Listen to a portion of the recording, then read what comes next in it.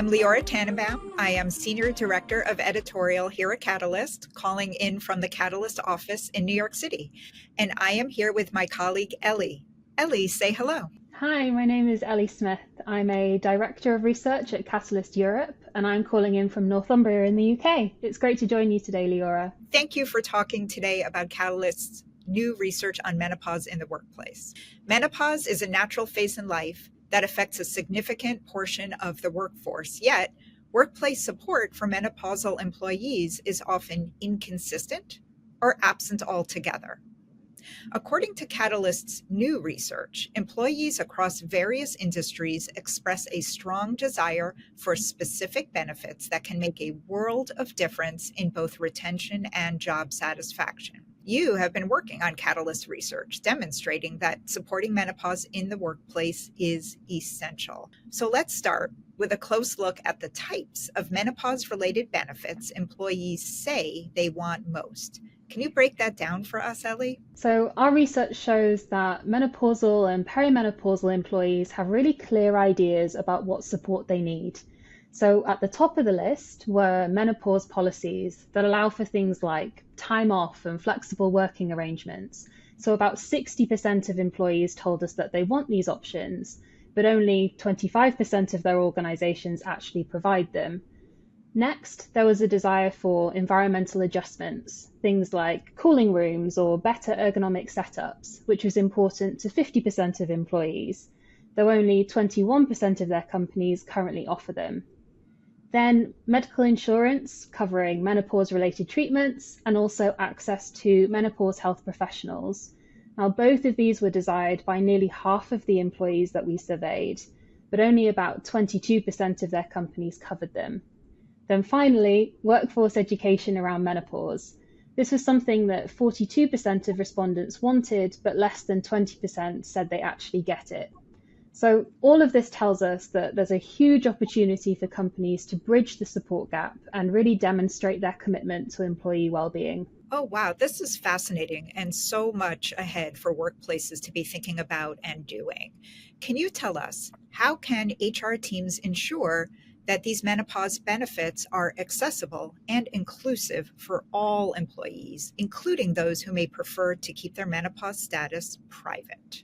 Something that really stood out to me in the research is how needs and support vary by region and industry, and how stigma like jokes or dismissive comments related to menopause often leave employees feeling uncomfortable discussing it at work, which really impacts the kind of support that they're seeking.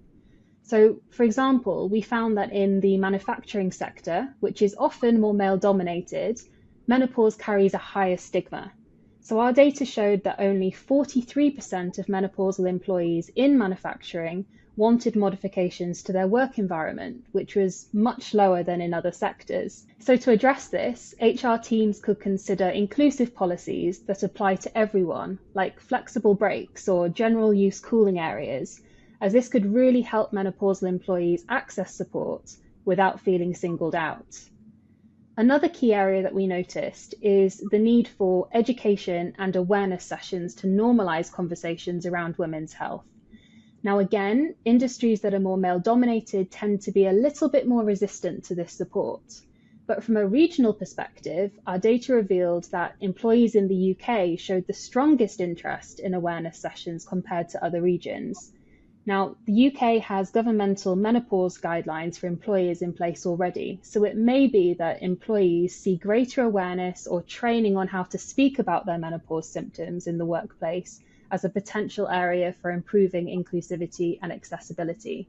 So I think a major takeaway here is the importance of adapting to both cultural and sector-specific norms. That is so great to hear, Ellie. And of course, we know that here at Catalyst, we show time and time again how important it is to be inclusive and how making these benefits available in an inclusive way will help all employees. And so it's just so great to hear that that is borne out by the data. Let's talk about measurement. How can HR professionals measure the success of these benefit programs? I guess to kick things off, I recommend taking a look at real-time feedback. So think about feedback forms and participation rates in sessions or resource groups to show you what's working well and where you might need to make some tweaks. Retention rates are another important piece of the puzzle. So our research found that 13% of respondents mentioned they were considering leaving their jobs because they felt unsupported during menopause, whereas on the flip side, 74% said they'd be more inclined to apply for a job at a company that does offer menopause support. So if you notice an uptick in talent attraction or retention, then that's a strong indicator that your support systems are making a real difference. I'd also say it's worth tracking sick leave. This can help you see if the support that you're providing is reducing the need for time off or encouraging employees to stay home when they're truly unwell.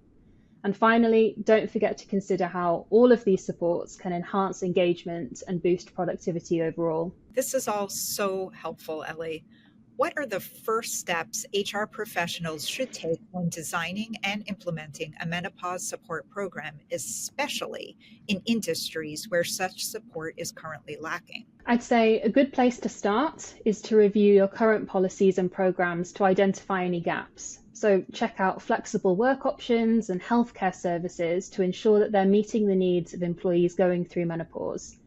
I'd say it's also really useful to ask employees for their feedback. Gather a variety of experiences, especially from people with different backgrounds. Now, once you have this information, you can start designing benefits that align with employee needs, but also tie into wider business goals like talent retention. And of course, creating an inclusive culture is crucial.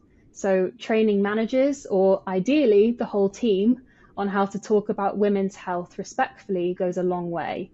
You might also consider setting up peer support groups to help make these conversations feel more comfortable and normalize the topic at work. And lastly, before we wrap up, for more ideas on how to do this, I'd recommend exploring Catalyst's new menopause in the workplace practice, which provides a case study of one of our supporter organizations who are doing this to an absolute gold standard. All of this information is so useful, so helpful, and so actionable. Thank you, Ellie, for chatting with us and telling us about this today. Thanks, Leora. You can learn more about these findings on menopause in the workplace by visiting our website at catalyst.org.